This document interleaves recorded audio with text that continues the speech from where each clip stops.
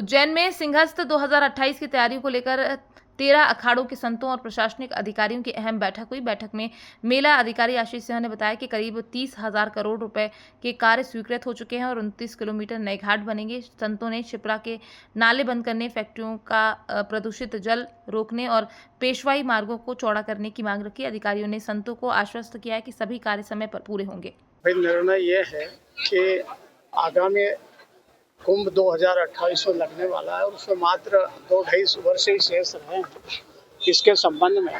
प्रशासनिक अधिकारी, मेला अधिकारी, कलेक्टर साहब को बुलाया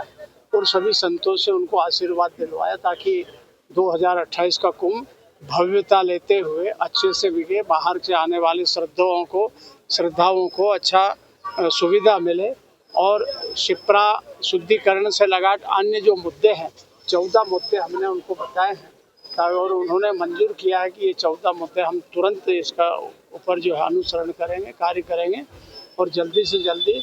साधुओं की और अन्य बैठक में बुला के जो भी समाधान होगा वो करेंगे। आज जो अखाड़ा परिषद की स्थानीय समिति है उसमें सभी अखाड़ों के जो संतगण थे वो मौजूद थे और बहुत ही अच्छा आयोजन किया गया, जिसमें सभी संतगणों के द्वारा एक कुछ अपनी मांग भी प्रस्तुत की गई है और निश्चित रूप से उनको उचित फोरम पर रखे, खासतौर पर शिप्रा शुद्धिकरण से संबंधित और आश्रम के बनाए जाने संबंधित जो काम है उनको हम उचित फोरम पर रखे उनको निश्चित रूप से पूरा करेंगे।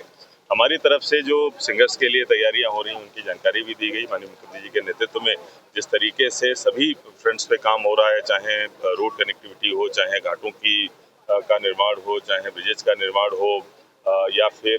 दूसरे जो रेलवे आदि की अधोसंरचना विकसित करने का काम हो, सभी पे काम बहुत तेजी से चल रहा है। ये सभी काम न केवल गुणवत्तापूर्ण हो बल्कि समय सीमा में पूर्ण हो, इसकी भी व्यवस्था कर ली गई है। किस तरीके से एक सॉफ्टवेयर में MIS के माध्यम से, बर्ड चार्ट के माध्यम से इनकी सबकी मॉनिटरिंग की जाएगी, ये भी हम लोगों ने सुनिश्चित कर लिया है। जैसा 2016 के सिंगर्स में देखने में आया था कि अस्थायी अधोसंरचना के कारण बहुत परेशानी संतों को भी आई थी और मेला में चाहे वो रोड की हो, चाहे पानी की हो, सीवर की, उनकी सभी समस्याएं आई थी। इसीलिए एक स्थायी जो अधोसंरचना का प्लान चल रहा है उसके संबंध में भी सभी संतगणों को जानकारी भी दी गई, सभी के द्वारा उसमें सहमति भी जताई गई कि अगर 5 करोड़ के श्रद्धालुओं के साथ वो व्यवस्था इतनी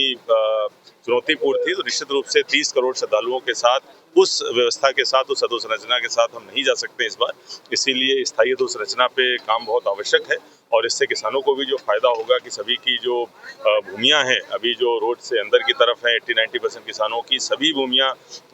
कम से कम 18 मीटर रोड के किनारे आ जाएंगी, तो उससे सभी को बहुत फायदा होगा और मेला तो अच्छा होगा ही, प्लस उज्जैन की अर्थव्यवस्था को भी एक बहुत ऊंची छलांग लगेगी।